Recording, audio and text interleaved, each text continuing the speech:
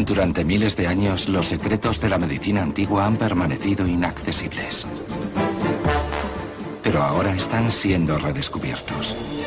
Ocultas en textos olvidados encontramos descripciones de tratamientos truculentos y espantosos. ¿Cómo perforaban los cirujanos incas el cráneo humano para salvar a los pacientes de una muerte segura? ¿Cómo podía una especie de raya eléctrica con la potencia de una pistola paralizante aliviar el dolor? También conoceremos una extraordinaria herramienta quirúrgica usada para operar a un príncipe afectado por una de las lesiones cerebrales más raras de la historia. Grandes Descubrimientos se adentra en el sorprendente mundo de las serpientes, las sanguijuelas y los rayos mortales para revelar sus secretos. En realidad, todos estos métodos funcionaron. Esta es la historia nunca contada de la medicina truculenta. Grandes Descubrimientos. Medicina truculenta.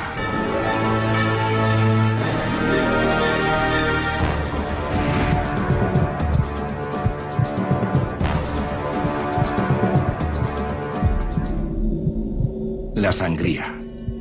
Su propio nombre suscita imágenes de sacrificio y crueldad. Comenzó a ser practicada hace más de 3000 años y provocó la muerte por desangramiento de miles de pacientes. Para intentar curar cualquier cosa, desde la fiebre hasta la locura, los médicos extraían hasta 2 litros de sangre. Aunque suene estrafalario, abrirle las venas a alguien y sacarle su líquido vital puede ser beneficioso en algunas circunstancias. El sangrador más famoso de la historia fue un griego de la antigüedad llamado Galeno. Nacido en el año 129 después de Cristo, sus milagrosos poderes curativos le hicieron acreedor de culto divino. Galeno tenía una teoría de la medicina basada en el equilibrio de los humores del cuerpo. Creía que para lograr un equilibrio adecuado entre ellos había que dejar salir la sangre para que así los flujos humorales recuperasen su armonía. Un espeluznante arsenal de herramientas servía para abrir a los pacientes: ganchos, bisturíes, cuchillos y máquinas de cortar. Pero el método más conocido era la sanguijuela. Hoy en día, la mayoría de los pacientes contemplarían con pavor que una sanguijuela se arrastrase por sus manos porque lo consideran un método pasado. Sin embargo, su uso está resurgiendo. Junto al empleo de sanguijuelas, las teorías de Galeno han sido descartadas durante siglos. Pero los últimos hallazgos han llevado a la ciencia médica a reevaluarlas. En un laboratorio de descubrimientos antiguos, el experto en sanguijuelas, Carl Peters, está investigando el poder succionador de estos anélidos. En este pequeño tubo de ensayo tenemos sangre de oveja y en el fondo hay una membrana de colágeno. Vamos a colocar a la sanguijuela abajo. Esperamos que pueda succionar el contenido del tubo. En algo más de 20 minutos, la sanguijuela absorbe la sangre y multiplica por 4 el peso de su cuerpo. Pero la pregunta es, ¿cómo podemos usar este extraordinario poder succionador para salvar vidas? Para observar el funcionamiento de la antigua técnica de las sanguijuelas, Grandes Descubrimientos cuenta con un conejo de Indias, el antiguo oficial del ejército David Shaw. David está a punto de alimentar a estas minúsculas criaturas carnívoras con su propia sangre durante un periodo de 6 meses. No soy aficionado a las agujas, y en el mejor de los casos una sanguijuela es una pequeña aguja biológica. Tiene alrededor de 300 dientes, así que sí, estoy un poco intranquilo, un poco nervioso.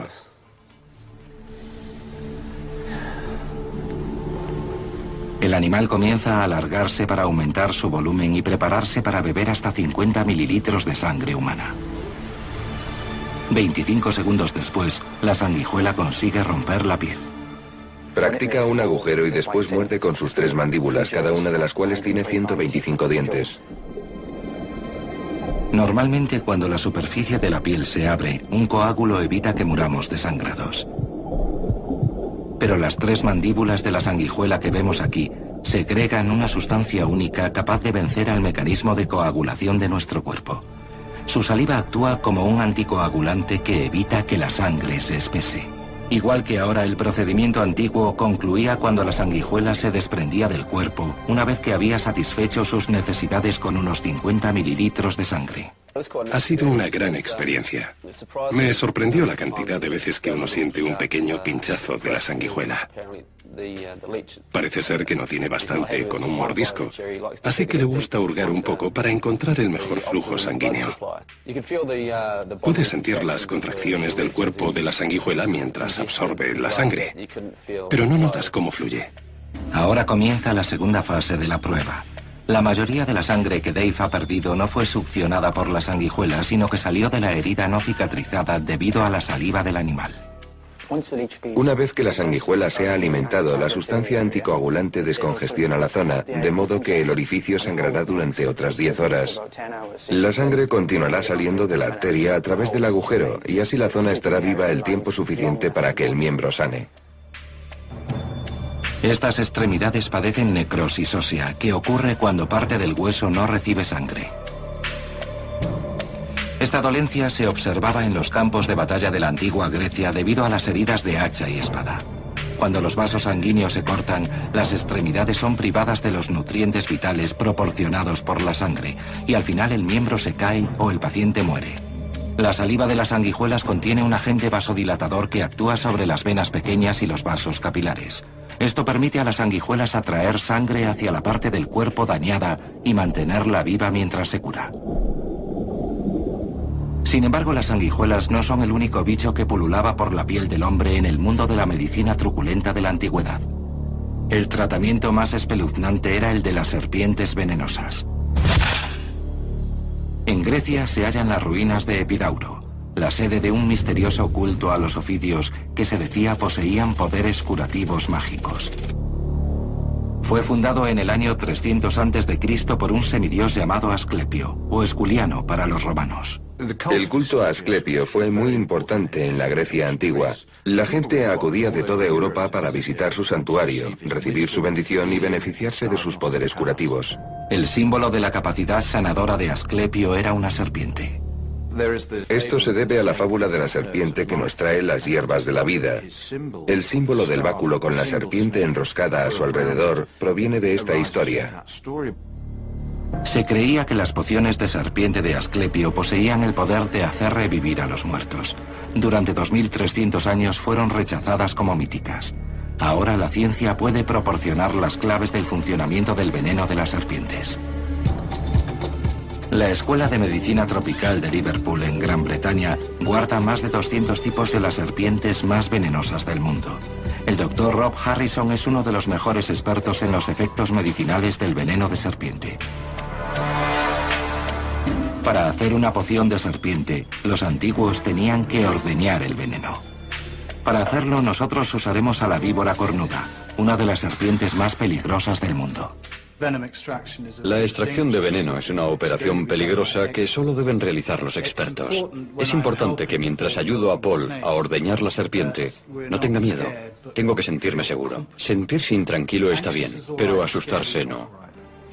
La víbora cornuda es natural del norte de África, y la mitad de su dosis máxima basta para acabar con la vida de un humano adulto. Si una persona sufre una mordedura, puede estar en una situación de peligro de muerte durante los siguientes 20 minutos o media hora. Atención, ¿listo para la extracción? Listo.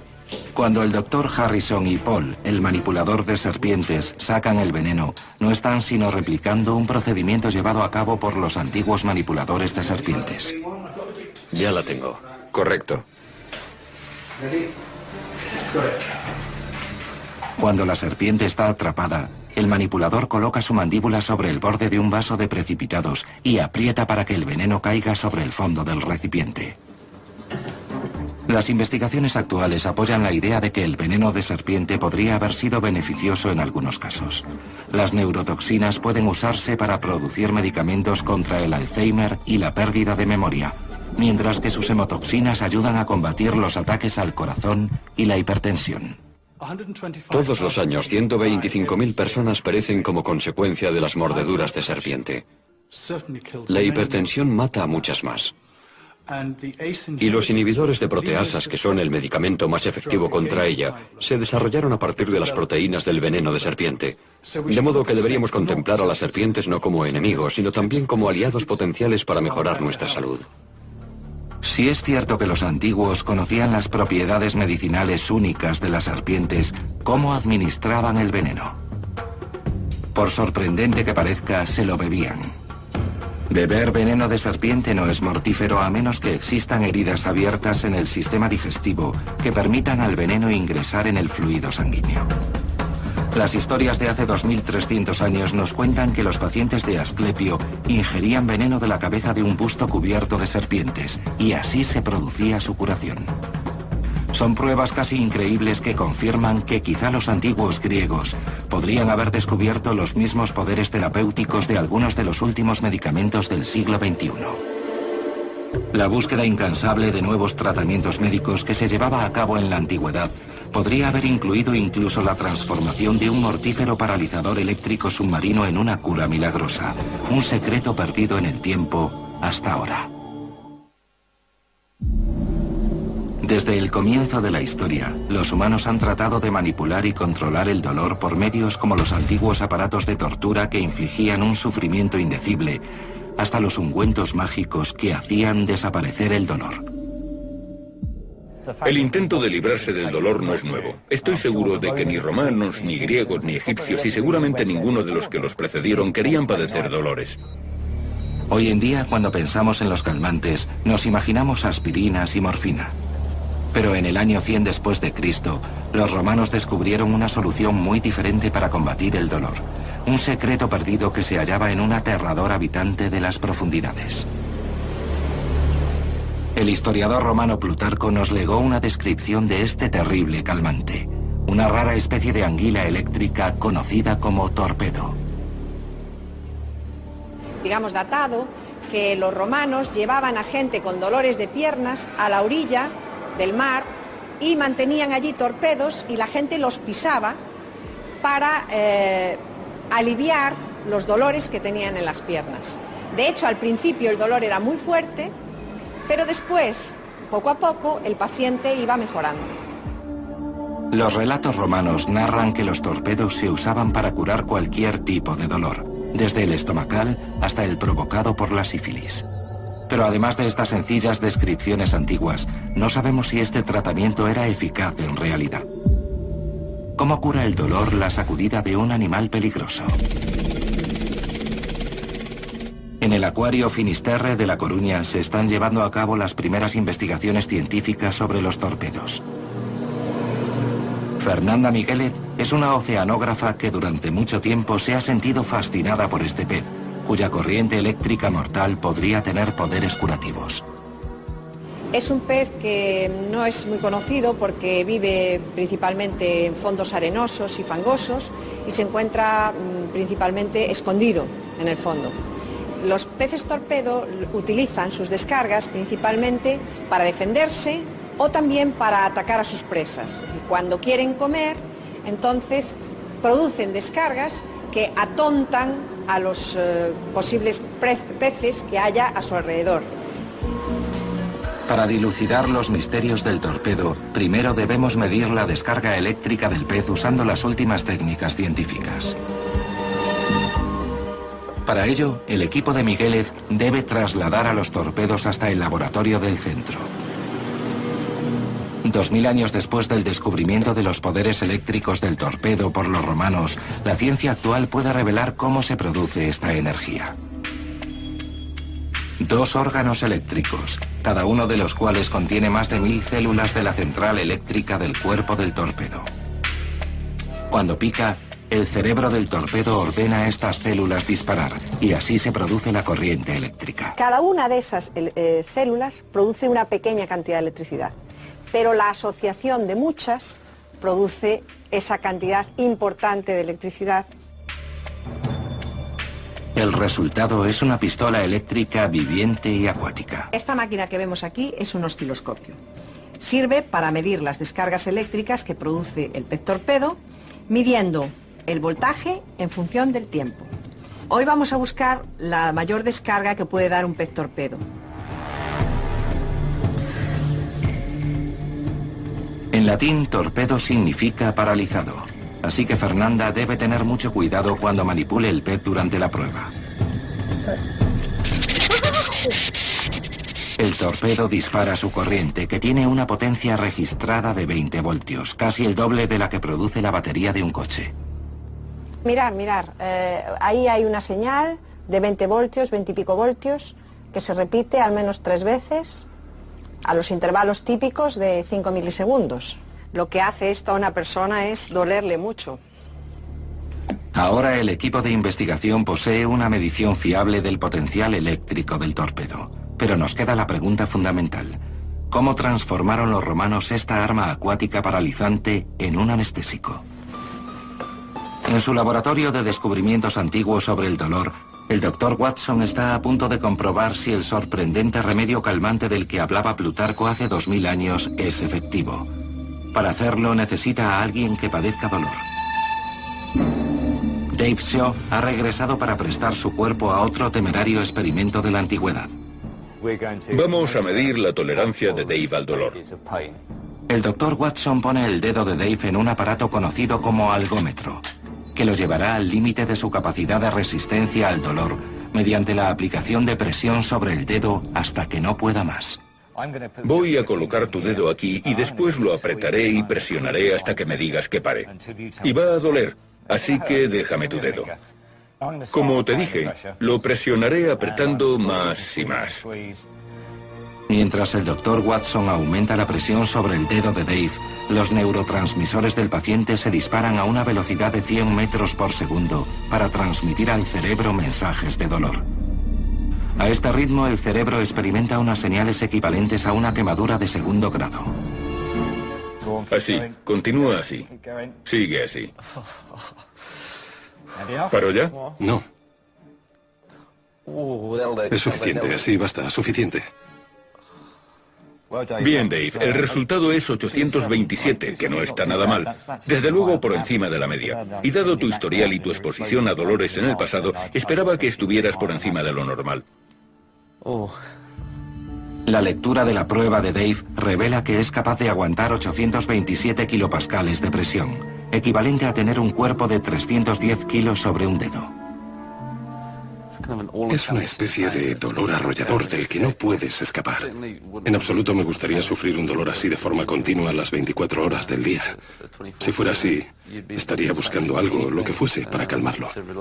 Especialmente si fuese tan intenso como el que yo he sentido. Ahora la forma en que pensamos que el torpedo funcionaba es la siguiente. El animal producía la energía suficiente para dormir el dolor, neutralizando los impulsos que envían mensajes al cerebro. Para comprobarlo, el Dr. Watson administra a un paciente los mismos voltios producidos por el torpedo.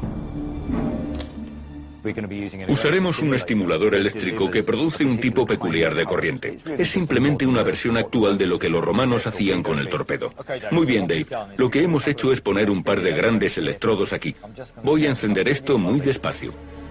La corriente eléctrica es casi idéntica a los 20 voltios del torpedo. Si los relatos antiguos están en lo cierto, Dave debería ser capaz de elevar su resistencia al dolor de 827 kilopascales, el valor registrado anteriormente. Funciona así. En la espina dorsal tenemos un dispositivo que controla la cantidad de dolor que sentimos. Lo único que hacemos es usar electricidad para quemar el nervio. Al estimularlo, lo que hacemos es bloquear el dispositivo, de modo que reduciremos la capacidad del cuerpo para transmitir dolor de la mano al cerebro. Si el dolor de la mano no llega al cerebro, no lo sentirá, y por tanto, habrá menos dolor. Ahora el Dr. Watson debe probar si la teoría de la electroterapia funciona en realidad. Tras 15 minutos de estimulación eléctrica a 20 voltios, el doctor activa su dolorómetro por segunda vez.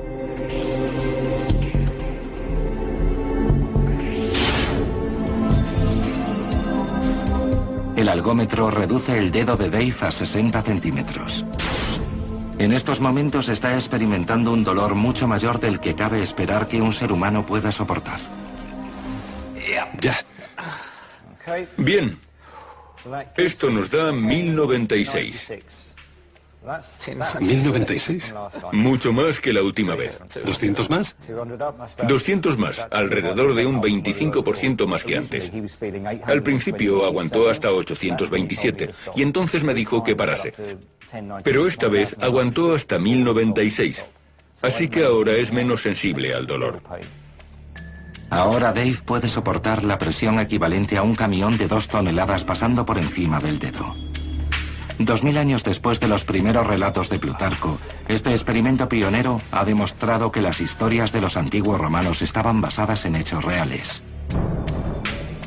Estoy bastante seguro de que no entendían las astas dorsales y tampoco creo que entendiesen el mecanismo de estimulación de los nervios a fin de calmar el dolor. Pero sí sabían que la electricidad generada por el pez torpedo producía una sensación que calmaba los dolores. Miles de años después, nuestras máquinas modernas son la forma contemporánea de realizar la terapia del pez torpedo.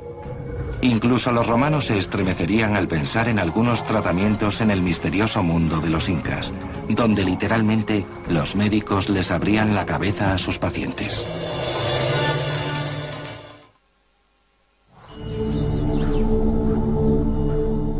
En Cuzco, Perú, situado en las comarcas más remotas de los Andes, se ha encontrado un escondite que contiene más de 500 cráneos incas. Más de la mitad muestran las señales de heridas terribles y aparentemente imposibles. Cicatrices circulares de hasta 7,5 centímetros de diámetro. Demasiado precisas para ser de armas conocidas. Es la prueba de una práctica antigua y truculenta. El historiador Peter Frost está estudiando el mítico mundo de los incas. El misterio de los incas viene del hecho de que fue una civilización que se desarrolló aislada del resto del mundo. Otros no entraron en contacto con ellos y tampoco poseían una lengua escrita.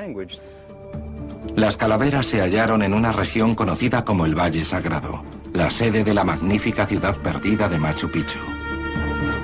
Fundada en el año 1450, la ciudad se encuentra a cerca de 2.500 metros sobre el nivel del mar. Rodeado de precipicios y siempre envuelto por las nubes, este lugar era la ciudadela secreta de una civilización que dominó una superficie de más de 1,5 millones de kilómetros cuadrados y 10 millones de personas. Sin embargo, los incas habitaron allí solo 100 años, lo que mantuvo a los cráneos incas sumidos en la niebla del tiempo.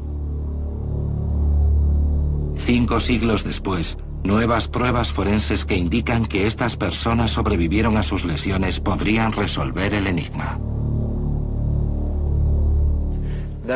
Hay muchos ejemplos de cráneos desenterrados que muestran que los huesos comenzaron a crecer de nuevo alrededor de la herida.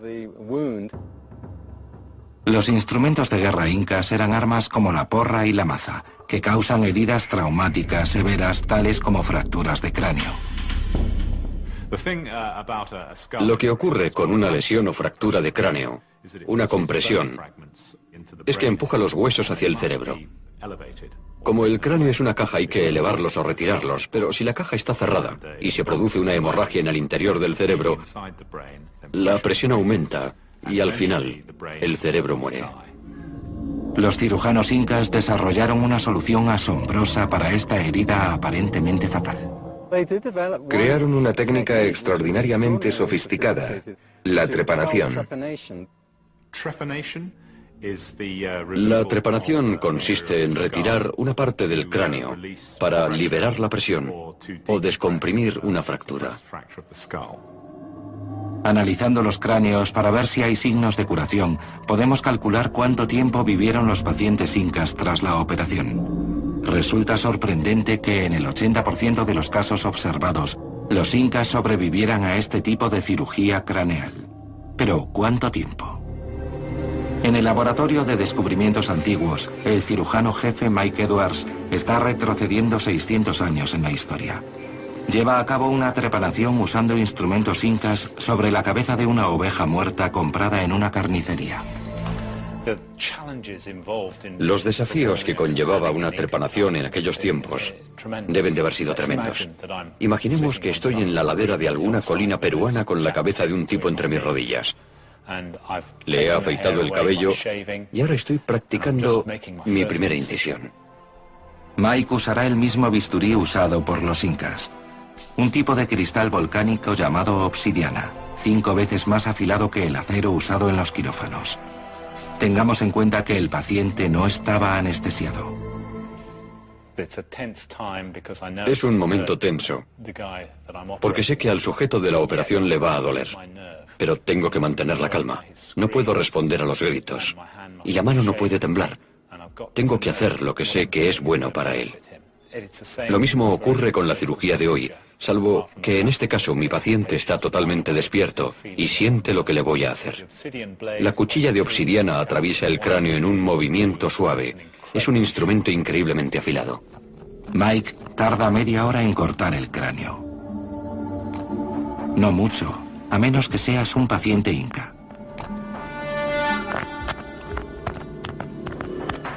Durante la operación, Mike corta varios nervios craneales, enviando de forma instantánea mensajes de dolor extremo al cerebro.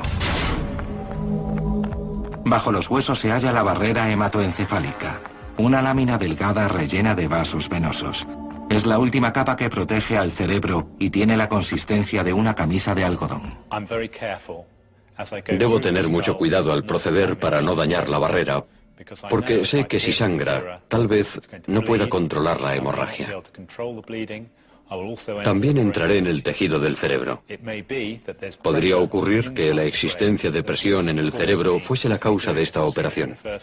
De modo que si agujereo la barrera hematoencefálica, existen muchas posibilidades de que el cerebro me salte a la cara, como si estuviera apretando un tubo de pasta de dientes. El paciente moriría en segundos. Si me fijo, puedo comprobar que ha sido una trepanación exitosa.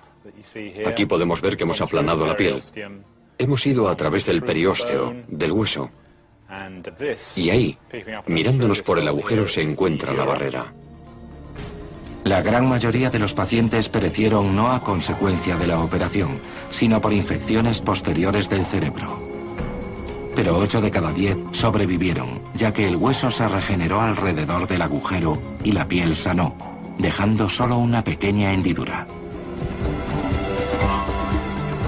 Mientras tanto, a casi 10.000 kilómetros de distancia en Inglaterra, un sencillo herrero se disponía a transformar la historia de la medicina.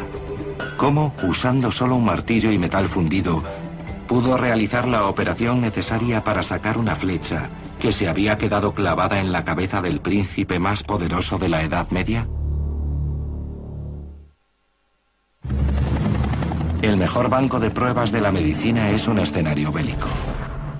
No obstante, pocas personas saben que las técnicas quirúrgicas empleadas en zonas de guerra como Irak y Vietnam se inventaron hace más de 2000 años en la Roma imperial.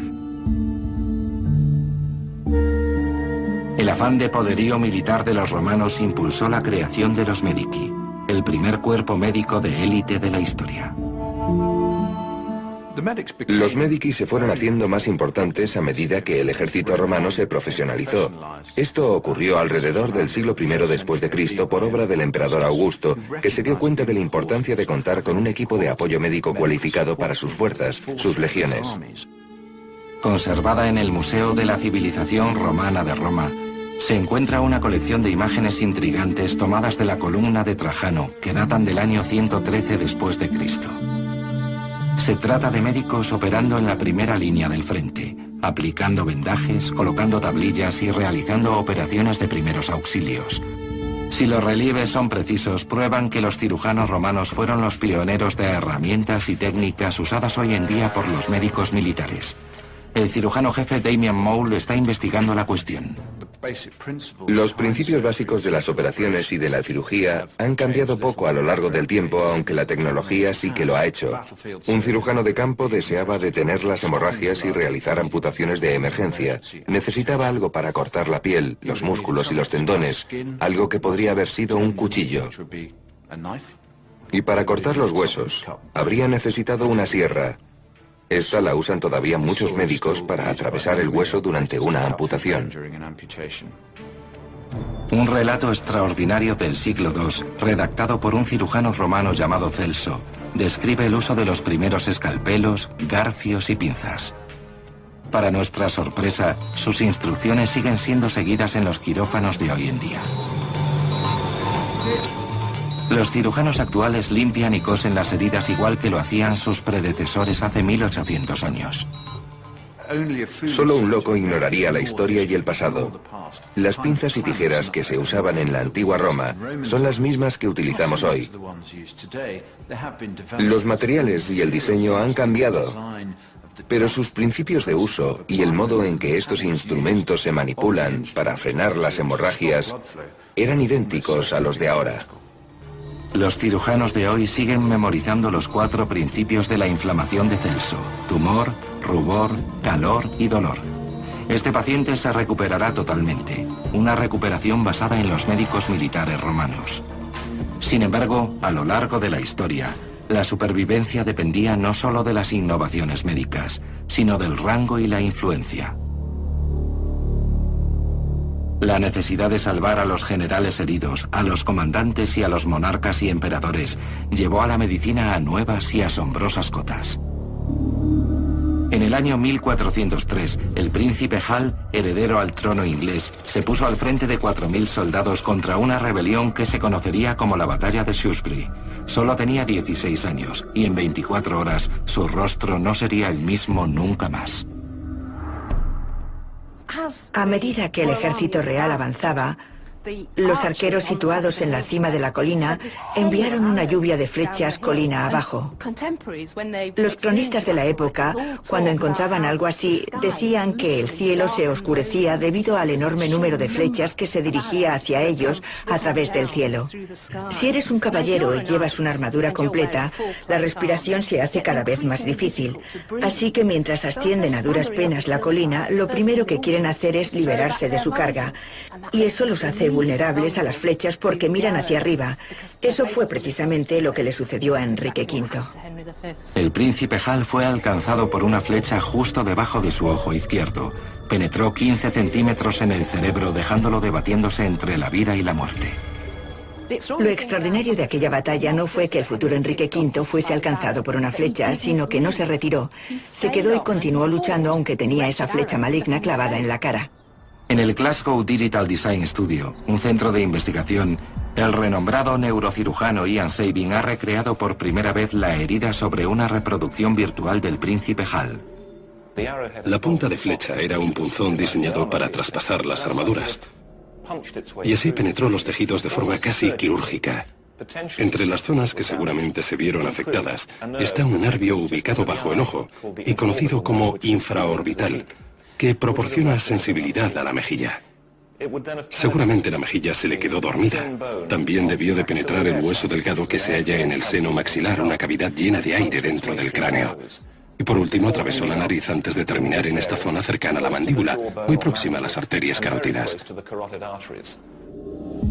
A una escala de más del 1000%, Ian es capaz de trazar un mapa tridimensional que muestra lo peligrosamente cerca que el príncipe estuvo de la muerte. Si ahora retiramos el esqueleto facial para que la flecha se vea mejor, observamos lo cerca que estuvo de las estructuras que habrían provocado una muerte rápida. La vena yugular, la principal fuente de riego del cerebro, y las arterias carótidas, las mayores, que llegan al cerebro y a los músculos faciales. Además, estuvo muy cerca del cordón de la médula en el tronco encefálico, una lesión que provoca la muerte instantánea. Llevaron al príncipe al castillo de Kenilworth, en el centro de Inglaterra. Sus restos fantasmales continúan en pie. Sus ayudantes intentaron sacar la flecha con cuidado, pero entonces se produjo un desastre. La flecha se parte. Ahora el príncipe tiene un punzón metido 15 centímetros en el cráneo. ¿Cómo lo sacarán? ¿Y quién en todo el reino posee la habilidad para hacerlo? Los consejeros del príncipe seleccionaron a John Bradmore, un cirujano y herrero convicto por falsificación de moneda, para el reto de su vida. Tenemos que imaginar la situación única en la que se encontraba Bradmore. Para empezar, estaba en la cárcel por falsificación, un delito muy grave. Lo arrastraron fuera de la prisión, lo llevaron a Kenilworth y le dijeron: esto es lo que hay, tenemos al futuro rey de Inglaterra con una punta de flecha en la cabeza y tú tienes que sacarla. Pocas horas después de abandonar la cárcel, John Bradmore ideó un plan increíble. Decidió forjar un nuevo instrumento quirúrgico usando tan solo un martillo y varias hojas de metal fundido. El herrero Héctor Cole está reconstruyendo el extractor de flechas usando la misma técnica de Bradmore 600 años antes. Lo que John Bradmore debería haber hecho en primer lugar es forjar una vara de metal para el cuerpo principal del extractor. Lo he hecho y he estrechado los dos extremos de forma que tengan el diámetro adecuado para que pasen las flautas y crear un semicilindro en cada uno. Cuando se juntan, forman un tubo que puede entrar en la herida al fondo de la cual se encuentra la punta de flecha que hirió la cabeza de Enrique V. Mientras John Bradmore trabajaba, hora a hora la infección y la fiebre empujaban al príncipe más cerca de la muerte. El tiempo era vital y no tenía mucho para fabricar el aparato. Tendría un día y medio como máximo para figurarse cómo hacerlo y después ponerse a fabricarlo. Estaba bajo una presión tremenda. El astil de la flecha se había quebrado en el interior del cráneo del príncipe. Por suerte la punta estaba hueca, un detalle que luego sería crucial. Este extractor tenía que entrar por la herida, llegar a la base de la punta y lo que es la parte más sagaz del invento, ensancharse dentro para no causar ningún daño al futuro rey de Inglaterra. Se inserta con firmeza en la punta de flecha y después, con un pequeño giro, sale. 6 siglos después de que John Bradmore forjase su instrumento, el equipo de grandes descubrimientos lo pone a prueba. Por medio de la última tecnología de imágenes virtuales, van a repetir la operación que salvó la vida del príncipe inglés. La pregunta es, ¿cómo sobrevivió el futuro monarca? Julio de 1403. En el castillo de Kenilworth, el futuro rey de Inglaterra yace moribundo con una flecha alojada a una profundidad de 15 centímetros dentro de su cráneo.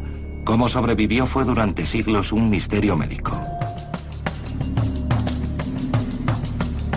En el centro de pruebas de grandes descubrimientos, nuestro equipo está replicando la herida del príncipe Hal en el cadáver de un cerdo. Usando un arco del siglo XV, disparan una flecha a 300 kilómetros por hora directa al cuerpo del animal. Ahora el cirujano Mike Edwards está estudiando cómo podemos usar el extractor para sacar la punta de la flecha. Estamos usando un cadáver de cerdo, así que tenemos que trazar las similitudes entre este y el de un ser humano. Esto es un gran problema porque en medio de estos tejidos tan profundos no puedo ver la otra parte. Lo que tengo que pensar es la manera de sacar la flecha y qué estructuras voy a encontrar en el camino que me lo puedan impedir, porque precisamente en el rostro hay unas estructuras vitales que no puedo dañar. El reto de Mike es aún más difícil, porque sabemos que durante la cirugía el astil se rompió, dejando la punta de flecha dentro de la herida de 15 centímetros. Como podemos ver ahora, hemos sacado el astil de la flecha, pero queda la punta, que debe de estar enterrada al final de la herida. Ahora John Bradmore sabe que la punta está ahí dentro y que tiene que ingeniárselas para sacarla. Es ahora cuando tenemos que probar si este artilugio creado en 1403 bastó para extraer la punta de flecha. Hace más de 600 años, el príncipe Hal debió de sufrir la operación sin ningún tipo de anestesia. La historia original cuenta que no fue un procedimiento directo. Necesitaré suerte para que funcione a la primera.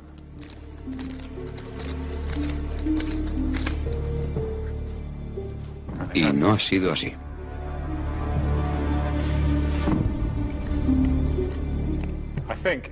Creo que si yo fuera John Bradmore, haciéndole esto al príncipe Hal, ahora mismo mi carrera correría peligro. Seguramente mi cabeza también. Lo que tengo que hacer es ver si estamos cerca de la punta de flecha.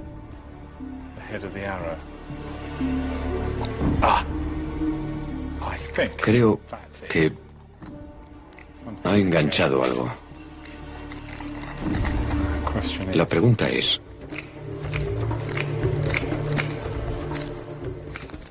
¿basta así?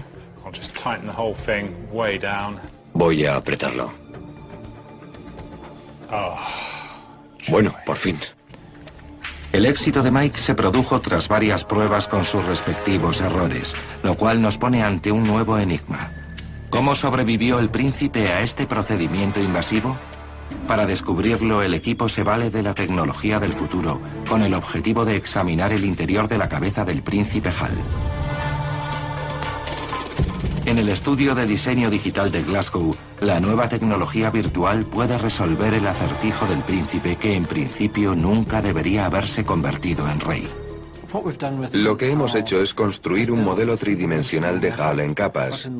Comenzamos con los tejidos externos y los tratamos de forma tridimensional. Hemos podido reproducir el cerebro, el cráneo y los órganos principales de la cabeza. Así podremos entender exactamente dónde estaba la punta de flecha. El equipo se dispone a crear una cabeza virtual del príncipe Hal en 3 dimensiones. Cada elemento real se reproduce a un tamaño que no excede 1 milímetro del verdadero. Para crear una imagen realista tridimensional de la flecha o el extractor, en primer lugar debemos trazar su esquema. Después lo usamos para dibujar las superficies. A continuación, nos servimos de las imágenes de referencia de las fotografías que hemos tomado y las proyectamos sobre las superficies dibujadas que hemos creado a partir de las siluetas. El producto final es algo muy parecido al objeto real. Todos los elementos virtuales están en su sitio. El neurocirujano Ian Sabin está a punto de realizar la primera operación de un personaje histórico. ¿Podemos retirar el cráneo y la capa de músculos? Vamos a cambiar al modo de selección de capas. Ya está. Ian puede visualizar al príncipe virtual usando gafas de 3 dimensiones. Después, la tecnología del guante remoto le permite manipular al príncipe en un espacio virtual. Trayectoria de la flecha. Aquí la tenemos. La flecha tomó el único camino no letal. No tocó ni la espina dorsal ni el tronco encefálico. Tampoco el vaso sanguíneo más importante del cerebro, la arteria carótida. Usando el extractor de Bradmore, voy a ir a lo largo del sendero creado por la flecha para colocarlo dentro del hueco de la punta. Parece que está en el mismo lugar, pero yo lo puedo ver con gran detalle, algo que Bradmore no pudo hacer. Vamos a girar la cabeza para ver la punta del extractor y así obtener una visión más cercana. Esto es algo que nunca había visto antes. Es increíble. Por poco no toca la arteria carótida. Estuvo cerca de la muerte. En estos momentos, hace 600 años, el príncipe tendría fiebre y su corazón latería a una velocidad cercana a las 120 pulsaciones por minuto. Sacar la flecha era vital. Pero antes, Ian debe asegurarse de que la ubicación de la punta de la flecha es correcta. Estoy a punto de sacarla. Puede producirse una hemorragia torrencial, así que necesito que los demás hagan presión sobre la arteria carótida si eso sucede. Vamos a preparar algunas bolsas y también algunas pinzas. Acciono el mando del extractor para abrir las mandíbulas y tirar de la flecha hacia adelante y hacia atrás, liberándola de su trampa ósea. Y poco a poco la voy sacando.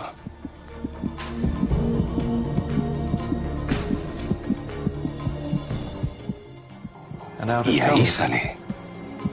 La operación virtual ha sido un éxito. El príncipe ha sobrevivido. La herida del príncipe Hal fue horrorosa y lo cierto es que tuvo mucha suerte de sobrevivir. Usando la tecnología más avanzada, ahora podemos entender cómo pudo vivir y lo que el cirujano hizo en realidad. John Bradmore se convirtió en un cirujano famoso y estuvo cobrando una pensión vitalicia anual de 10 soberanos. Estos descubrimientos antiguos han demostrado que los conocimientos acerca del dolor, los traumas y la anatomía humana estaban mucho más avanzados de lo que pensábamos. Tratamientos truculentos como las sanguijuelas, las serpientes y los peces torpedo no deben ser considerados algo primitivo, sino como métodos visionarios. Cada visita al hospital que realizamos hoy en día, cada vida que se salva, es la culminación del trabajo de los pioneros de la medicina, los primeros doctores de la historia.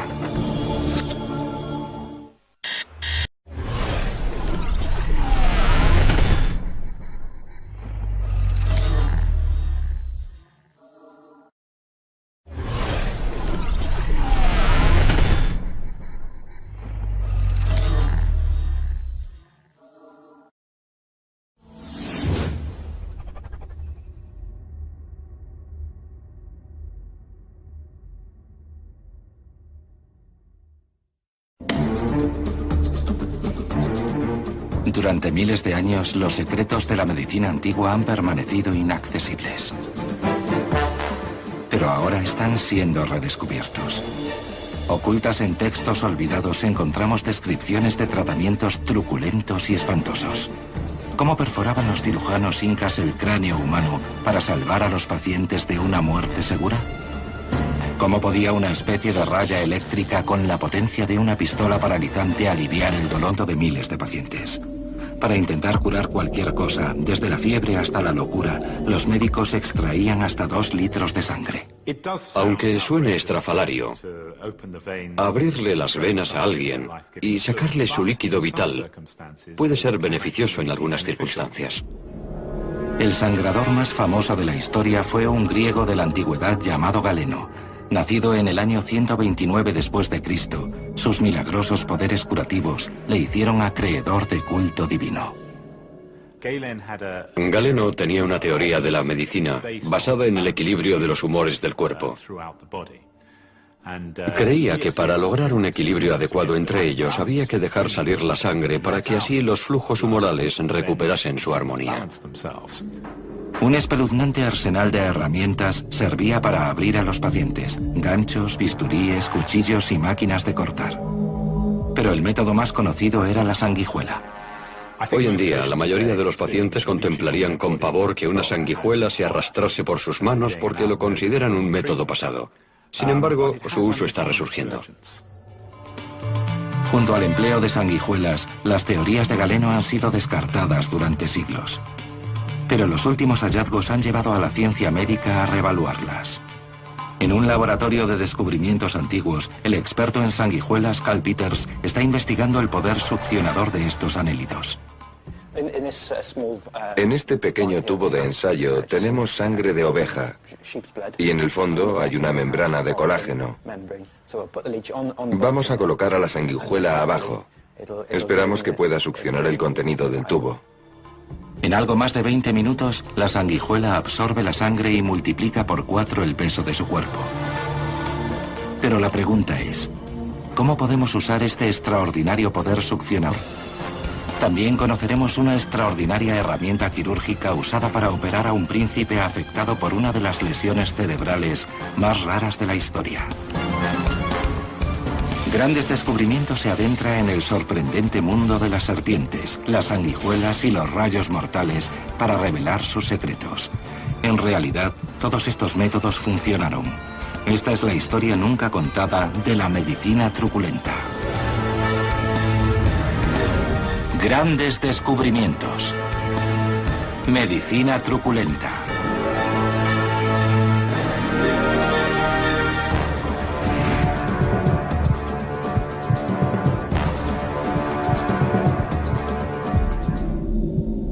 La sangría. Su propio nombre suscita imágenes de sacrificio y crueldad.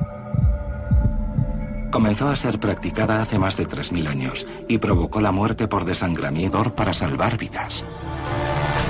Para observar el funcionamiento de la antigua técnica de las sanguijuelas, Grandes Descubrimientos cuenta con un conejo de Indias, el antiguo oficial del ejército David Shaw. David está a punto de alimentar a estas minúsculas criaturas carnívoras con su propia sangre durante un periodo de 6 meses. No soy aficionado a las agujas, y en el mejor de los casos una sanguijuela es una pequeña aguja biológica. Tiene alrededor de 300 dientes, así que sí, estoy un poco intranquilo, un poco nervioso.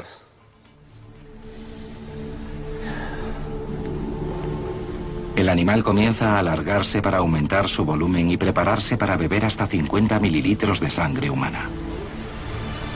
25 segundos después, la sanguijuela consigue romper la piel.